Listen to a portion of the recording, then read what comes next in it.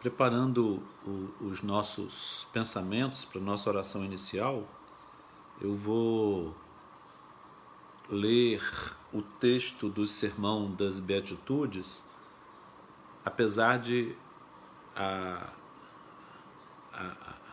a explanação vai se basear no texto de Mateus, que é mais completo, mais amplo, mas eu vou ler como preparação o texto de Lucas, usando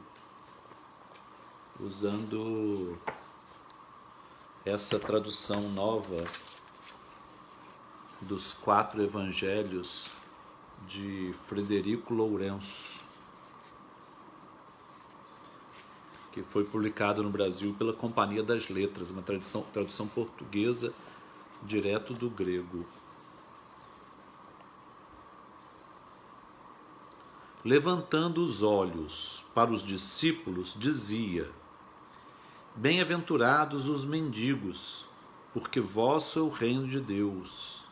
Bem-aventurados os que agora tendes fome, porque sereis saciados. Bem-aventurados os que chorais agora, porque rireis. Bem-aventurados sereis quando os homens vos odiarem, e quando vos expulsarem e vos insultarem, e rejeitarem o vosso nome, como vil por causa do Filho da humanidade. Alegrai-vos e exultai nesse dia, pois eis que a vossa recompensa será grande no céu. Era da mesma maneira que os pais deles tratavam os profetas. Vamos então fazer a nossa oração. Senhor Jesus, elevamos a Ti nossos corações, agradecendo a Tua bênção, Senhor, por nos conceder essa oportunidade de fazermos as reuniões remotas. Essa oportunidade, Senhor, de não cedermos àquela tentação de desanimar e de desistir, que ela está sempre presente. Mas queremos, Senhor, nos fortalecer nesta oração coletiva, em que todos nos irmanamos no mesmo pensamento, no pensamento que quer verdadeiramente que a Tua presença esteja entre nós. Agradecemos, Senhor, e Te louvamos o nome, pedindo que nos ajudes nas reflexões desta manhã. Assim seja.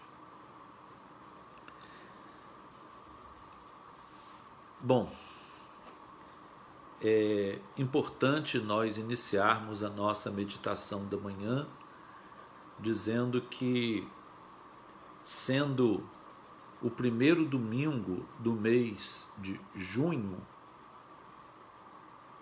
nós temos uma antiga tradição de reservarmos as nossas meditações para a nossa querida Célia Lúcius.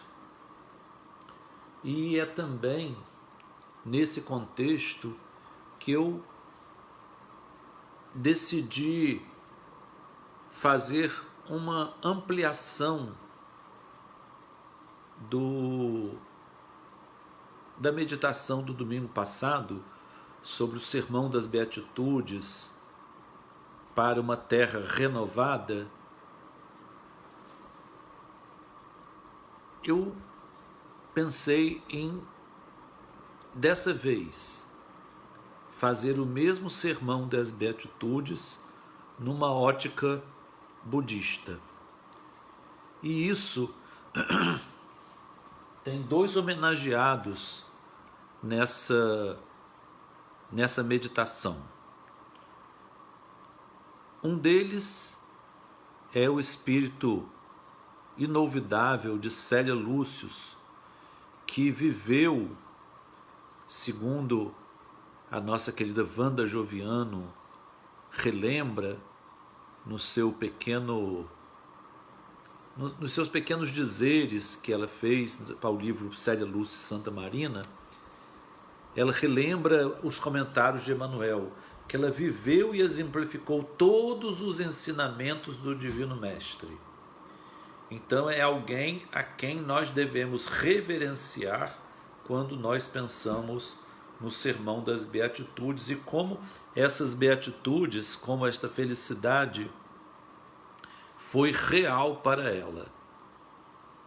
E a outra pessoa é o espírito, também personagem do mesmo romance, de Ciro. Ciro, filho de Nestório, da cidade de Éfeso, e que foi um professor para Célia Lúcius, o primeiro professor de cristianismo. E não só de cristianismo, mas também foi professor de verdades que estavam além do conhecimento judaico, verdades essas que ele apreendeu na Índia, na biblioteca do seu senhor, quando para onde ele foi deportado após o seu exílio da Palestina. É uma história que não vamos nos deter aqui. E como ele trouxe para Célia uma visão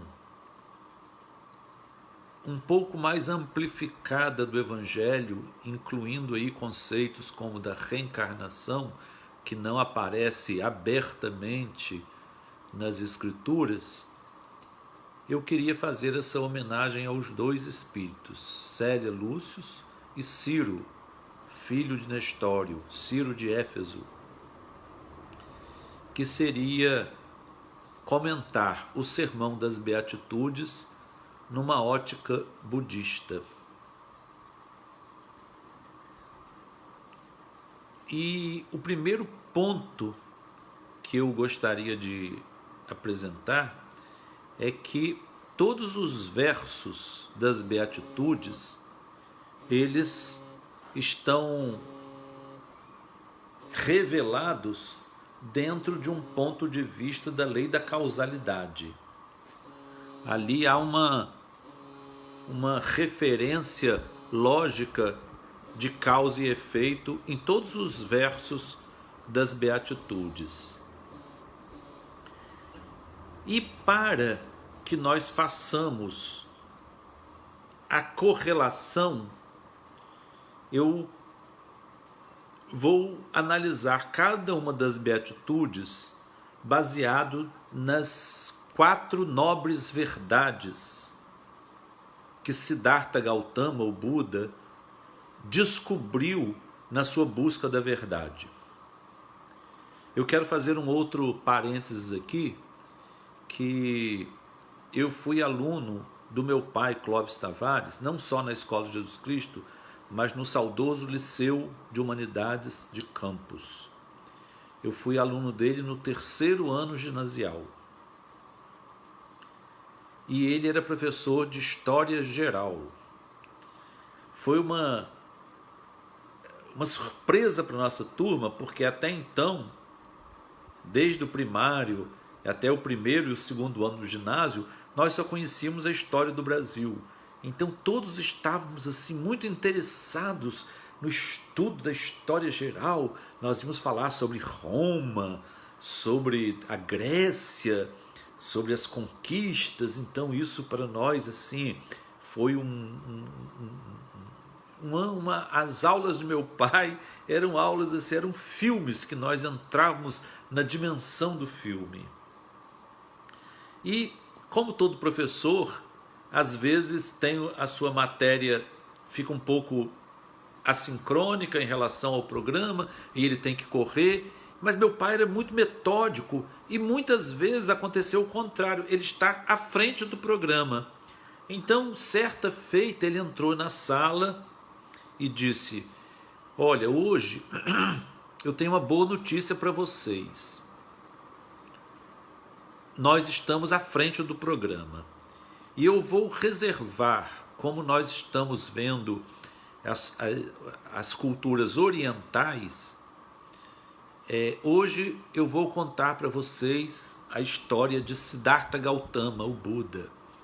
Aí quando ele disse isso, alguns engraçadinhos começaram a rir, né, fazendo brincadeira com o nome de Siddhartha Gautama, mas ele pediu respeito e disse que o mesmo respeito que nós deveríamos a Jesus Cristo, a Moisés, a Maria, a todos os grandes missionários, nós deveríamos também a Siddhartha Gautama, que foi um grande missionário de Deus na Terra. A turma então ficou quieta. E em homenagem também a meu pai, que foi a primeira pessoa que me despertou o conhecimento sobre quem era Siddhartha Gautama. Nessa época existia um grande autor que estava em voga, que nós jovens adorávamos ler, que era Hermann Hesse. E Hermann Hesse escreveu um livro em homenagem a Buda, chamado Siddhartha, que é a vida de um rapaz que também procurava a verdade e que era homônimo de Siddhartha Gautama. E ele chega a conhecer, ele foi contemporâneo de Buda, ele chega a conhecer Buda nas suas buscas, no seu caminho. Então é uma história muito linda do livro Siddhartha, de Hermann Hesse, que também eu recebi do meu pai. Então, voltando às 4 verdades que nós vamos usar para o entendimento dos tópicos das beatitudes. As 4 verdades são: a consciência do sofrimento, é a primeira grande verdade. A segunda, a consciência de que esse sofrimento tem uma origem. Terceira, a consciência de que existe uma cessação para esse sofrimento. E a quarta, que existe um caminho para a cessação deste sofrimento. No sofrimento, contextualizado no sânscrito, ele pode ser dividido em sofrimento dor, em sofrimento perda e sofrimento busca, ansiedade por alguma coisa que não se alcançou ainda. As causas que Buda descobriu para o sofrimento foram o desejo, a ira e a ignorância. E aí nós vamos então buscar entender cada beatitude baseado nisso. Buda também dividia as pessoas em categorias, né? Porque algumas ele achava que eram aptas apenas ao serviço prático, eram pessoas proativas, eram ativas, outras eram contemplativas e outras eram racionais e céticas. Mas isso aí evidentemente muda como nós lemos o que nós aprendemos, né? Jesus pergunta ao fariseu: o que está escrito na lei? Como leis? Ou seja, como leis? Como você interpreta? Então essa forma de nós interpretarmos está condicionada a que tipo, que categoria de ser humano nós somos. Então eu vou ler também, voltando para o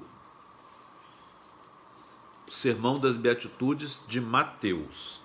Bem-aventurados os mendigos pelo Espírito, porque deles é o reino dos céus.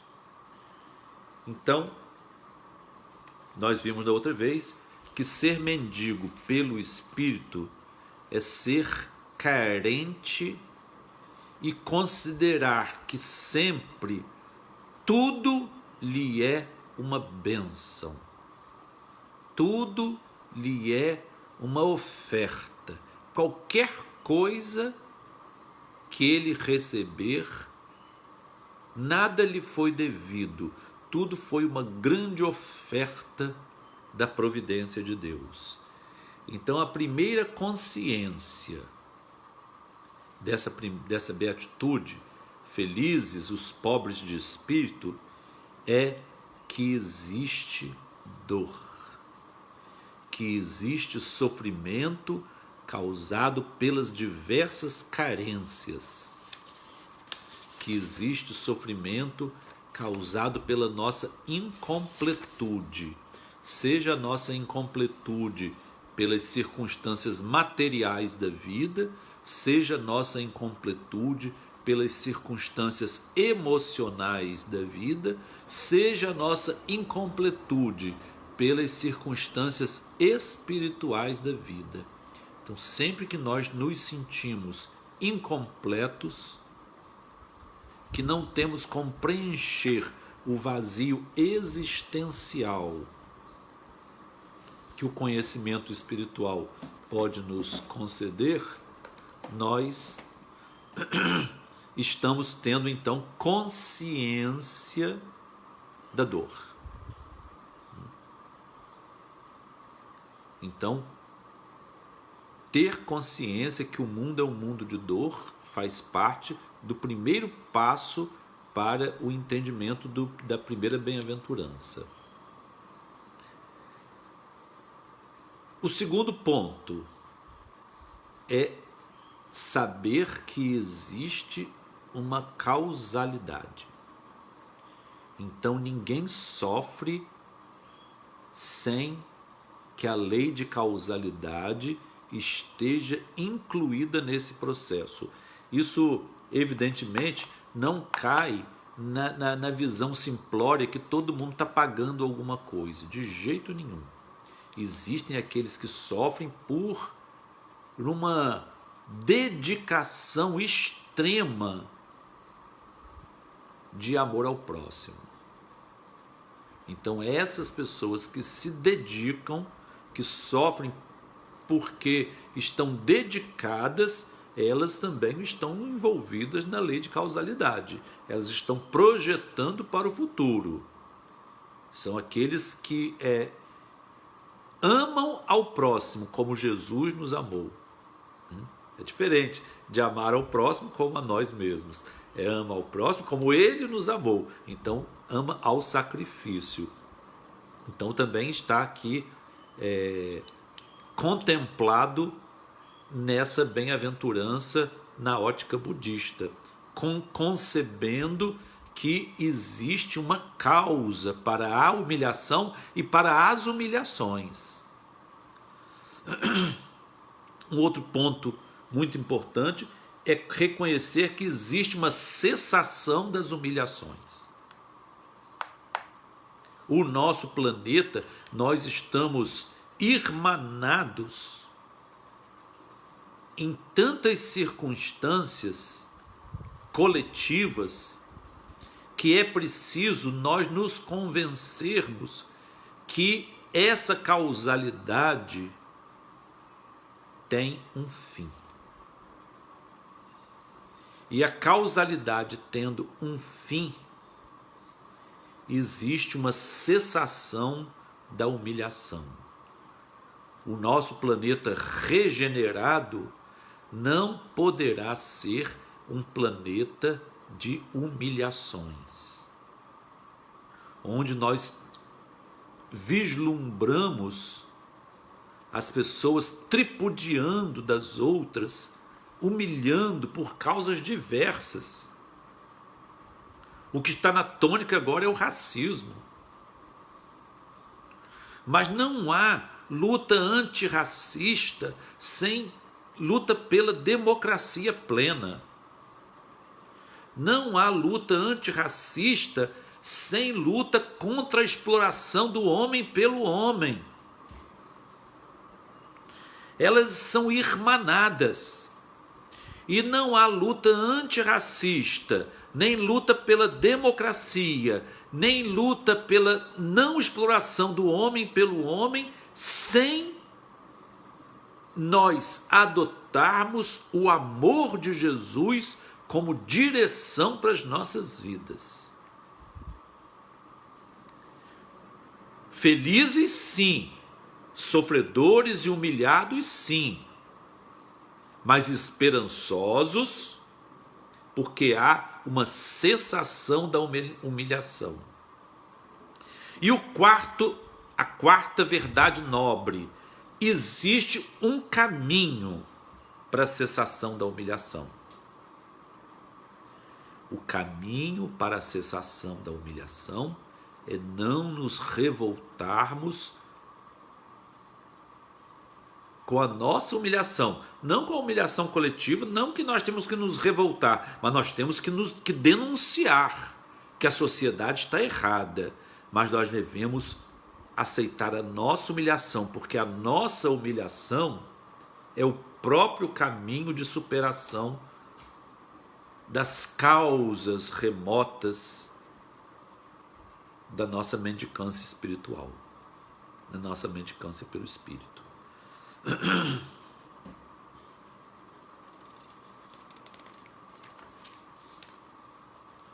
O outro ponto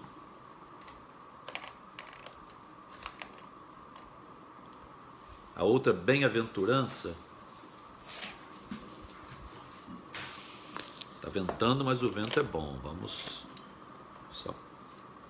A outra bem-aventurança: felizes os que choram, felizes os enlutados, porque serão reconfortados. E aqui nós vemos que Buda disse que uma das causas do sofrimento era a dor da incompletude, a outra eram as perdas. Então essas perdas que nós precisamos aprender a vivenciá-las de uma forma madura. Vivenciar o luto é um direito. Então, temos que compreender, no mundo há perdas, sempre há perda. Todo processo, todo dia, você perde alguma coisa do dia anterior. Toda etapa, você deixou para trás alguma coisa da etapa anterior. Todo crescimento espiritual, você deixou alguma coisa da etapa anterior. Então, essas perdas, elas têm uma causalidade, que é o segundo ponto. Existe uma causa para as perdas. Nós vivemos vidas humanas para nos tornarmos seres maduros, ressignificando nossas perdas em processo de autodespojamento. E Raquel está lhe dizendo que sofrer é diferente de fazer sofrer. Exatamente. O fazer sofrer está na causalidade do nosso sofrer, né? Então, além de nós compreendermos que existe a dor, existe a perda, existe uma causa para que nós vivamos num mundo de perdas e de lutos. Lutos esses que nós precisamos ressignificar para a aprendizagem do despojamento. E que existe também uma cessação dessa percepção de perda. Nós sabemos que existe, tudo que está nas beatitudes como mostrando uma dor, existe também uma cessação daquilo. É a terceira verdade nobre de Buda, a cessação da dor. E, relembrando meu pai, na sua última palestra sobre o karma, na sua quinta palestra, que infelizmente não ficou divulgada, porque não ficou gravada totalmente, ele dizia que existe um caminho para essa cessação da dor. Esse caminho que os americanos chamam de pathway, esse caminho para a cessação da perda, do luto, da dor, é a própria ressignificação do luto, da perda. Então nós passamos para que nós aprendamos a modificá-los dentro de nós. E quando nós modificarmos essas perdas, nós estaremos nos reconfortando, nos consolando. Lembrando também, já que mamãe está presente, apresentou várias vezes o Pequeno Príncipe, o Pequeno Príncipe dá, ele era um espírito, provavelmente, que estava confortando o tempo de sofrimento que o Exupéry ficou no deserto de Saara, e perdido, né, até ele conseguir corrigir o erro do seu avião. E ele disse assim: você vai me perder.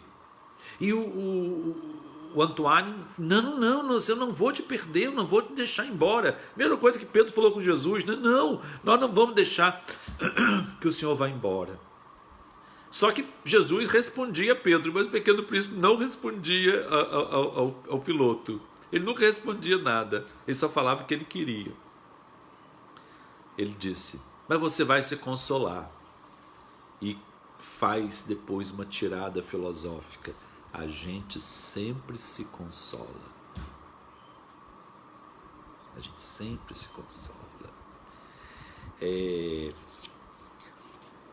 E essa nossa tendência natural ao consolo, que é o eixo das ordenadas, se não me engano, né? Sempre o tempo. Então o tempo, ele sempre vai modificando e vai nos consolando, porque nós temos que nos conformar com as perdas naturais da vida. O terceiro: felizes os mansos, os gentis, pois herdarão a terra. Então, voltando à primeira grande verdade nobre, o reconhecimento da dor. Então, na terra existe conflito entre a ternura e a ira. E quem sofre é a pessoa que guarda a ternura dentro do coração. Quem sofre é o manso, porque o irado não sofre. Quem tem ira sofre pouco, porque ele está sintonizado com a ira externa. Então não produz conflito, não produz dissonância no espírito. Mas quem quer ser bom num mundo mau, sofre. Mas então ele primeiro é a consciência de que ele quer ser bom num mundo mau. Tem um parênteses muito interessante sobre querer ser bom, porque a definição de querer ser bom é justo. Então o justo é aquele que quer ser bom. Ele não é ainda o bom. No Evangelho segundo o Espiritismo, o justo é o homem de bem.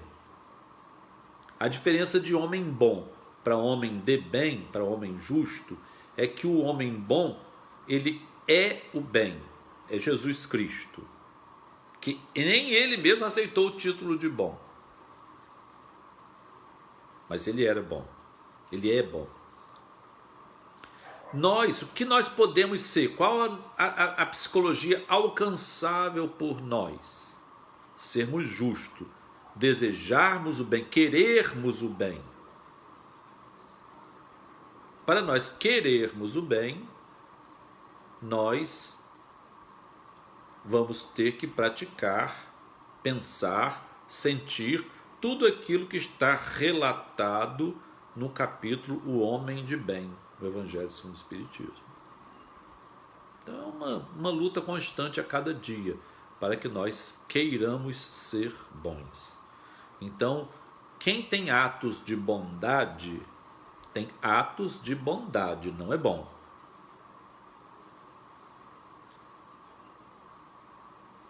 O bom, ele é a própria bondade.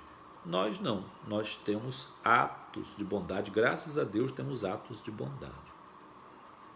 Hoje mesmo eu cheguei aqui na emergência psiquiátrica, que eu passei lá de manhã, ajeitei a prescrição de todo mundo, vi quem pode ir embora, quem não pode, e um dos enfermeiros que estava lá falou assim: doutor, a fila lá na escola de Jesus Cristo está grande, hein? Eu disse: meu filho, você viu? Eu vi, passei vindo para cá, a fila estava grande. Então a fila da dor está grande. E também a disposição daqueles que querem ajudar os que estão na dor também está grande. Isso é muito bonito. Então, reconhecimento do conflito entre a ternura e a ira. Depois, a causalidade. Existe uma causalidade para que o manso tenha que conviver com o irado. Tem uma pergunta no Livro dos Espíritos, agora não me... Por que Deus faculta as pessoas nascerem em ambiente adverso? É para isso, para que venha à tona o que tem de bom em nós. Porque na causalidade eu já quis o mal, já como eu posso dizer, já foi satisfatório para mim, já me trouxe prazer fazer o mal. Se já foi para mim um prazer fazer o mal, hoje eu sofro por esse conflito, por eu querer ser manso e a ira morar dentro de mim. Eu quero ser manso, mas as circunstâncias excitam uma ira velha que ainda mora dentro de mim. Circunstância essa que foi descrita por Paulo aos Coríntios como: o bem que eu quero fazer, não faço. Querer, vontade. Mas o mal que eu não quero fazer, esse eu faço. Quem me libertará deste corpo? Olha o que ele explicou: deste corpo, desta morte. Porque é o corpo que é o conflito, porque as nossas predisposições à ira estão no corpo. Ele foi muito consciente. Paulo, vocês sabem que era um doutor. Ele tinha doutorado na Universidade de Damasco, que absorveu todos os professores de Atenas. Então ele foi educado na mais fina cultura grega. Atenas era o repositório da mais fina cultura grega. Paulo absorveu tudo isso. O doutorado dele foi lá. Por isso, na Epístola aos Hebreus, é uma explosão de cultura e ciência. Não é qualquer um que entende a Epístola aos Hebreus, não. É ali que ele tinha que mostrar a sabedoria dele, aos Hebreus. É ali que ele tinha. Que foi como hebreu que ele cometeu os atos mais indignos da vida dele, dos quais ele nunca se esqueceu. Então há uma causa para o manso conviver no meio da ira. Mas há, é a terceira verdade nobre, uma cessação desse conflito. Paulo mesmo diz: quem me libertará deste corpo, desta morte? A graça de Deus por Jesus Cristo nosso Senhor. Então a solução do conflito, ele disse que era algum poder gracioso que vinha de Deus, né?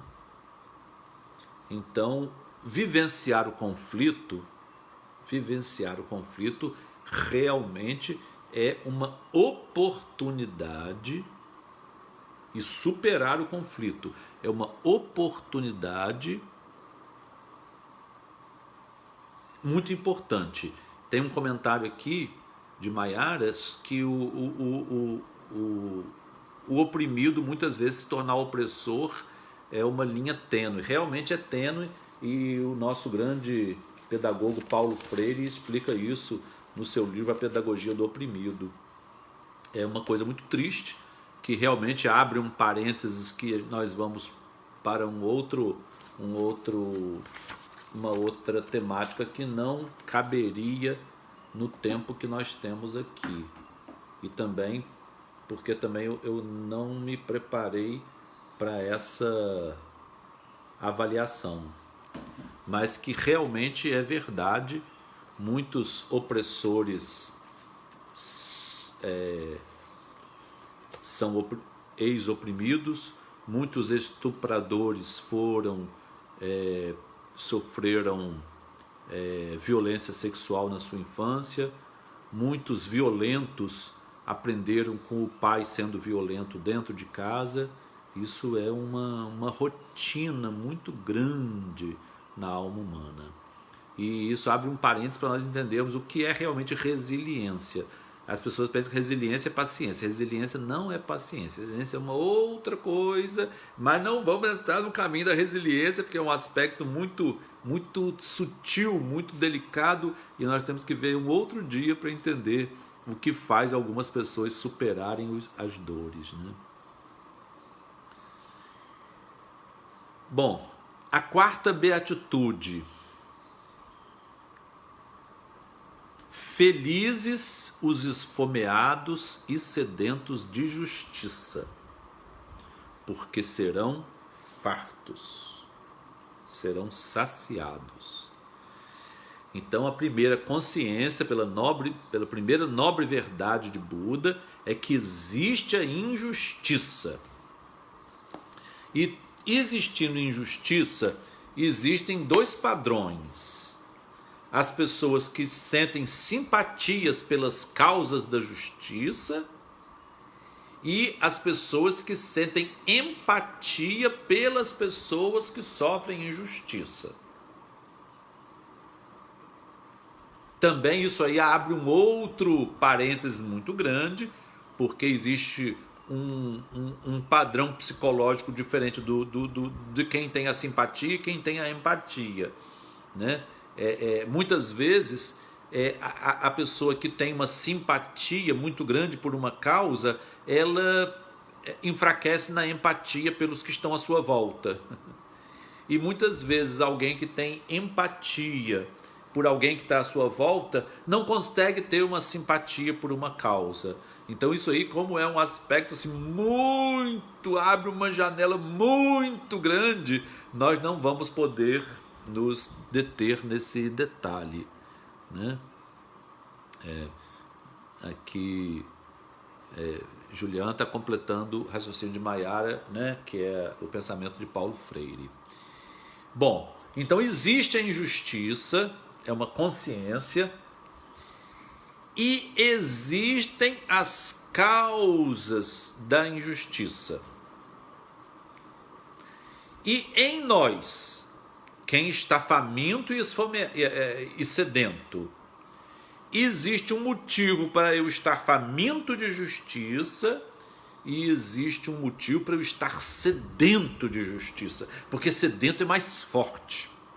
Sedento é irresistível. O faminto de justiça ainda suporta um pouco, mas o sedento de justiça não suporta mais. Minha mãe está lembrando da parábola do rico e Lázaro, né, contada por Jesus, né? E a Abigail está lembrando sobre o exercício, né, a aprendizagem da empatia. Realmente ela pode ser aprendizada porque empatia é uma cognição, né? Então ela pode ser ensinada e transferida, né? Os professores têm um aspecto muito importante nessa transferência de cognição da empatia. Mas então a compreensão das causas, não só causas sociais, mas causas espirituais. Nas causas sociais nós vemos a questão da sociedade, nas causas espirituais nós vemos as nossas causas. Eu estou com fome e sede porque eu cometi essas injustiças. Se eu não tivesse cometido injustiça, eu não iria requeimar tanto por dentro por causa da injustiça, porque ela dói em mim. A injustiça que hoje eu vejo dói em mim, porque eu cometi essas injustiças. São as verdades duras do Evangelho. Foram o que os 72 ouviram e não quiseram ficar. Duro é o teu discurso para nós, quem o pode suportar? E eles foram embora. Foram embora. O discurso é duro. Eu me indigno porque eu já fui o causador de tudo contra o qual minha alma está indignada. É uma consciência. Isso é uma consciência que nós temos que ter. Precisamos ter para entrar no caminho da libertação. Antes de entrar no caminho da libertação, nós precisamos entender que há uma cessação tanto das injustiças quanto da percepção das injustiças. Nós temos que ser saciados dessa fome e sede. A pessoa saciada da fome e sede de justiça, onde não há mais injustiça, não há mais fome nem sede de justiça, porque ele já está saciado. E há um caminho para buscar essa cessação.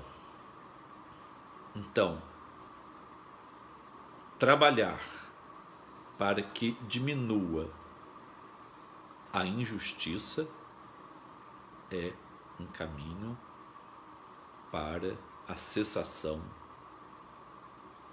da fome e da sede de justiça. Não só nos indignarmos na simpatia social, mas entrarmos também na empatia pelas pessoas que estão sofrendo, para ajudarmos individualmente a cada uma. E não adianta nós acharmos que nós solucionaremos grandes causas, não, porque não solucionaremos. Não somos nós que somos responsáveis por solucionar todas as grandes causas. Nós contribuiremos com a nossa pequena contribuição. Se nós acharmos que nós vamos resolver grandes causas, nós entramos num processo de distorção cognitiva chamada paranoia. E também não vamos entrar no caminho da paranoia, porque tem muitos paranoicos que entram na política.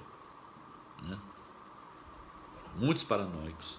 E é muito triste isso, porque ele é o paranoico na política, ele é um grande injusto do passado, que tem ódio da injustiça hoje e vive com ódio social dele mesmo. E é violento. São paranoicos, são violentos. Então vamos ver a quinta beatitude. Felizes os misericordiosos. também pela primeira grande nobre verdade de Buda, existem misérias. Misérias físicas, misérias intelectuais e misérias morais. Buda ficava muito preocupado com a miséria intelectual, porque ele dizia que a ignorância era um caminho para muita dor. Ele chegou a dizer que a ignorância é o maior dos pecados. Então, muitas misérias existem. E existem as causas dessas misérias. A lei da causalidade está sempre presente em todas as circunstâncias, em todas as situações da vida. E se essa causa nos sensibiliza, se nós precisamos mover o nosso coração para a dor, se nós somos misericordiosos, misericórdias, o coração em direção à dor, à miséria. Então, a causa está, infelizmente, dentro do nosso passado, quando nós causamos dor física, levamos as pessoas à ignorância e levamos as pessoas a erros morais. Muito triste isso, gente. Tudo isso é muito triste. Nós, muitas vezes, em posições de comando, nós induzimos pessoas a dores físicas, induzimos pessoas a erros intelectuais e induzimos pessoas a erros morais. Isso é uma grande tristeza para nós, espíritos eternos. Então, há uma causa, né? E há uma cessação disso aí. Como? Temos que ter consciência de que a nossa dor pela miséria do próximo vai acabar um dia. E então vamos conhecer o caminho. Então o caminho é cultivar esta lei de fraternidade universal, ser misericordioso, amar o próximo, pelo menos como a nós mesmos, mesmo que não seja como Jesus nos amou, mas pelo menos como nós mesmos. Temos pelo menos a fraternidade. A gente tem que dar ao próximo aquilo que a gente quer pra gente, e não o que a gente não quer mais. Senão não estamos amando como nós queremos a nós mesmos. Entendeu? A sexta beatitude, felizes os puros de coração. Então, nessa beatitude da pureza do coração, da pureza do sentimento, da pureza do olhar, existe a consciência de uma ingenuidade e de uma simplicidade. O ingênuo e o simples, o puro, ele sempre vai estar em conflito com o orgulho e a vaidade. Indiscutivelmente, uma pessoa muito inocente no meio de pessoas perversas, ela vai sofrer. E na segunda grande verdade de Buda, existe um motivo para alguém ser ingênuo e puro nessa vida. Sim, mas fulano, você não pode ser assim. Você não pode acreditar em todo mundo. Você não pode ter essa boa fé. Por mais que os pais aconselhem o filho que acredita nos outros e é passado para trás, por mais que o marido aconselhe a esposa, que a esposa aconselhe o marido, que o amigo, que o psicólogo, que o médico aconselhe, a pessoa ingênua, de coração puro, não estou dizendo uma pessoa com retardo mental, não, pode ser um professor universitário, mas tem uma ingenuidade natural, uma inocência natural. Eu já atendi uma psicóloga que foi enganada por um psicopata. E ela tem uma ingenuidade natural. Eu falei isso para ela: minha filha, você já tem quase 40 anos e ainda é a Cinderela, esperando chegar o príncipe encantado. Ela chorou muito, porque ela se sente realmente uma Cinderela esperando um príncipe encantado. E aí encontrou, por 3 vezes encontrou pessoas perversas, um deles dos quais era um psicopata procurado pela polícia. Gente muito perversa. Então existe uma causa, a lei da causalidade, a terceira grande verdade de Buda, está também por trás dos que são puros de coração, porque eles são ingênuos hoje, porque foram orgulhosos e vaidosos e perversos ontem. Mas há uma cessação para esse conflito de nós vivermos como simples e inocentes numa terra de pessoas cruéis e maldosas. Há um conflito, há uma cessação desse conflito. E a sensação desse conflito é nós não renunciarmos. Nós não podemos renunciar a purificar o nosso sentimento, purificar o nosso olhar. Por isso que quando nós lemos as notícias com muita... e nós sentimos aquela ira, aquela raiva, nós devemos assim: a raiva que eu senti agora é uma consciência. A raiva que eu senti agora é a raiva que veio do tempo em que eu cometi essas mesmas atrocidades. Então eu estou com raiva do passado que ainda existe em mim. Eu não quero mais isso hoje, mas eu já cometi tudo isso. Se eu não tivesse cometido, eu não estaria indignado. E se alguém tem boa fé e fala assim: ah, tadinho, mas ele não fez isso porque quis. Não adianta nós ficarmos atiçando essa pessoa para ter raiva, porque ela não vai ter mais. Ela já superou essa fase. Então ela está feliz porque ela não consegue ver maldade em tudo. Tem gente que vê maldade em tudo. Felizes os pacificadores.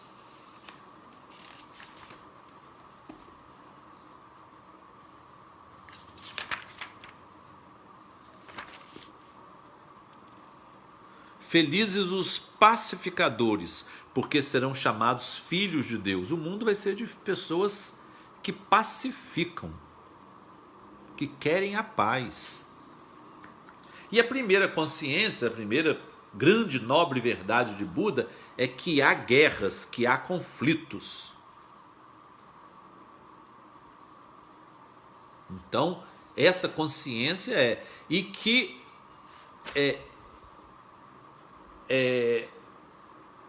nós convivemos com aqueles que fomentam as guerras. Estamos vivendo num mundo de guerras e convivendo com aqueles que fomentam as guerras. E dizem que ter armas é bom, que vamos facilitar as pessoas irem com armas para a rua, ter o porte de arma. Isso é muito sério. Mas existe uma causa, é a terceira verdade nobre de Buda. Existe uma lei de causalidade para nós que nos envergonhamos dessa guerra.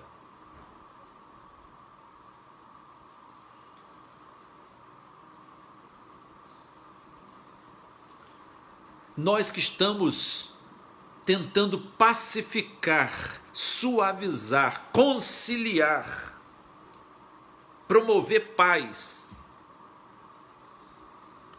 sempre profetizando, né? Tem pessoas que falam assim: ah, eu acho que eu e meu pai, nós nunca mais vamos nos falar. Eu conheci um caso assim. Ela disse: eu e meu pai, nós nunca mais vamos nos falar. Eles entraram em conflito por causa de de questão de um comércio que eles tinham.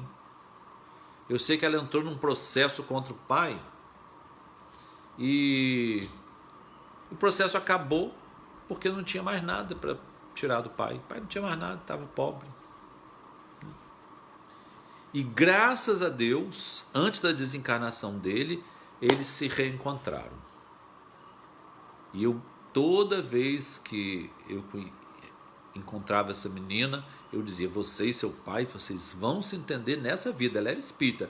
Ah, nessa vida não vai dar mais. Essa vida não tem mais chance de nós nos entendermos. Eu disse assim: eu tenho certeza que vai, vocês vão se entender. E graças a Deus eles se entenderam. Então, há uma causa para que nós estejamos hoje angustiados com toda essa ausência de paz, e há um caminho para a paz. Existe um caminho para a paz. O caminho para a paz é nós compreendermos que existe a ausência de paz e pacificarmos. Estarmos sempre pacificando, conciliando. Ou como diz o espírito Kelvin Van Dine, no final, num dos capítulos do livro Técnica de Viver, recebido por Valdo Vieira: seja a estação terminal da fofoca. Ou na linguagem de hoje ele diria: não compartilhe nada no Facebook, nem no WhatsApp, nem em lugar nenhum, porque 90% é falso. Felizes os perseguidos por causa da justiça, porque deles é o reino dos céus. Volta a primeira bem-aventurança. Então, há perseguição aos justos. É a consciência da primeira verdade nobre de Buda. Há perseguição aos justos. Na lei de causalidade, há causa para eles hoje justos serem perseguidos. Há causa para isso. E mais importante do que haver uma causa para os justos serem perseguidos, e aí a gente ouve falar assim: ah, toda pessoa boa, ela se dá mal na vida, ela nunca consegue nada, de tão bom que ela sempre é prejudicada, sempre é perseguida, sempre é caluniada. A causalidade disso foi que ela já perseguiu. Hoje ela está aliviando a sua consciência, sendo perseguida por causa da justiça.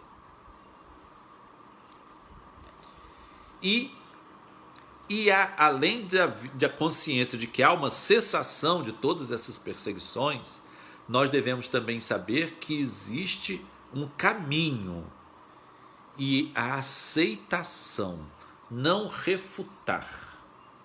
Nunca refutar nenhuma calúnia que disserem contra nós. Chico ensinou isso. Não diga eu não fiz, eu não falei, eu não sou. Deixa falar.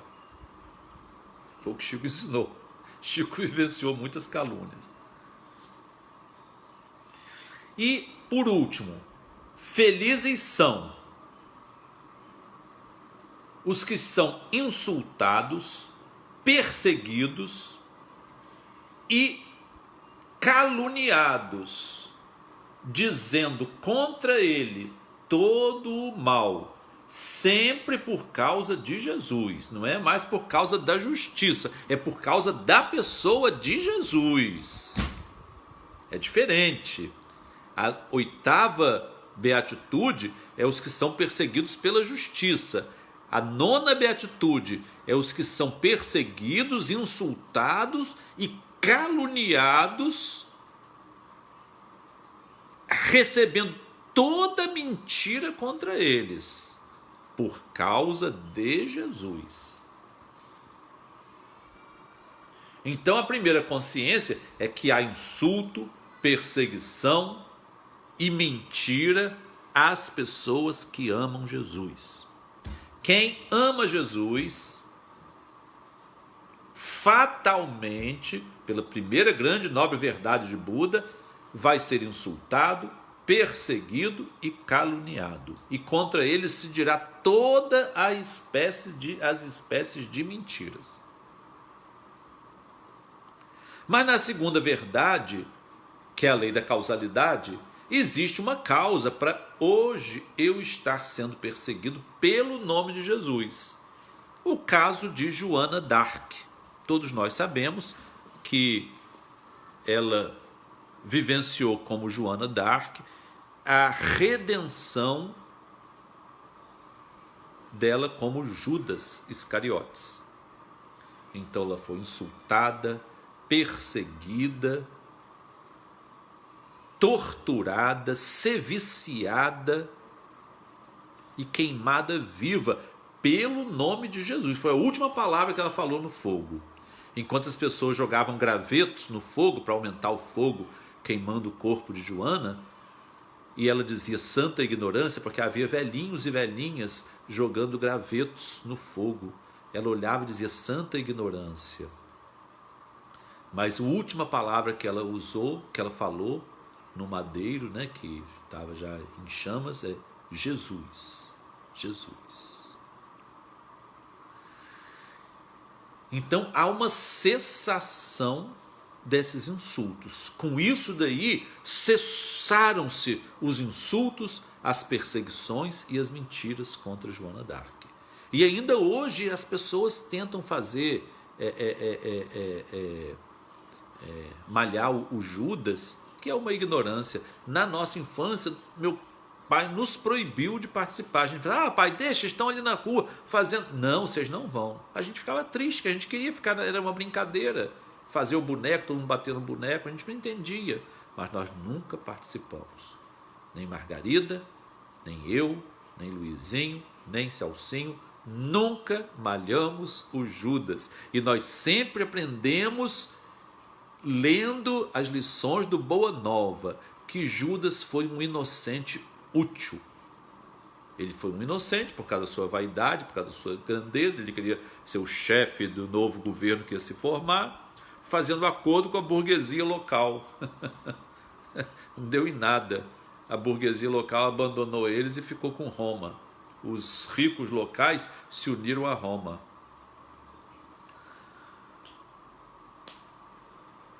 Então, a cessação, havendo a causa, a cessação é nós passarmos por isso, porque só sofrendo essas perseguições, essas calúnias, nós vamos nos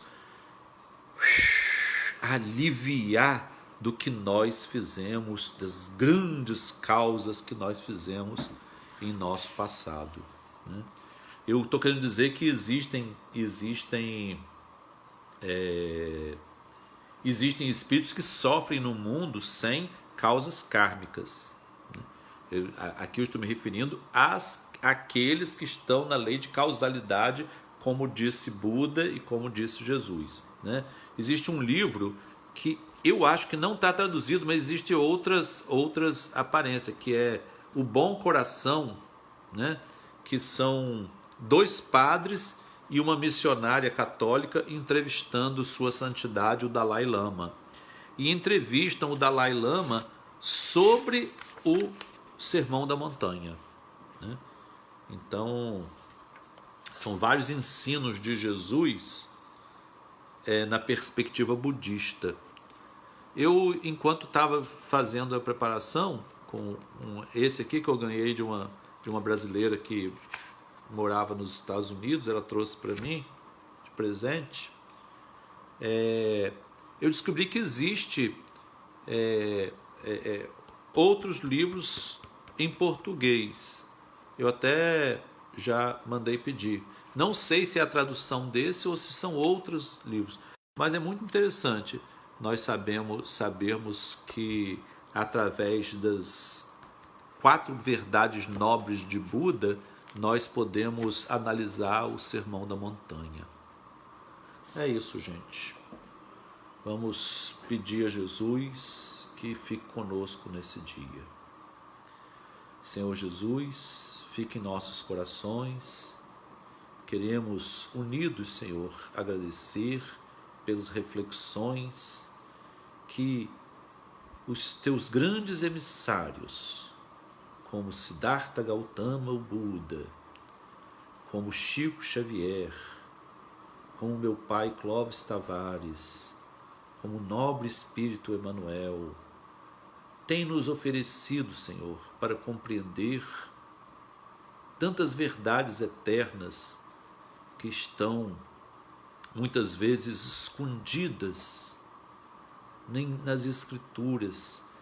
E por isso, Senhor, precisamos da ajuda deles, missionários sublimes, para compreendermos que os espíritos queridos de Célia Lúcius, aquela que ensinava com um versículo aos irmãos do mosteiro, e o espírito de Ciro, que também descobriu a correspondência do Evangelho com os ensinos secretos da Índia, que os espíritos de meu pai Clóvis Tavares, de Chico Xavier e Emmanuel, que nos trazem esses conhecimentos e esse amor a Célia Lúcius, possam, Senhor, iniciar o nosso mês de celebração deste Espírito que é tão caro, tão querido aos nossos corações da Escola de Jesus Cristo. Te agradecemos e te louvamos o nome. Em nome de Deus Todo-Poderoso, com a assistência de nossos amigos benfeitores espirituais, nós damos por encerrada a nossa reunião desta manhã. Assim seja.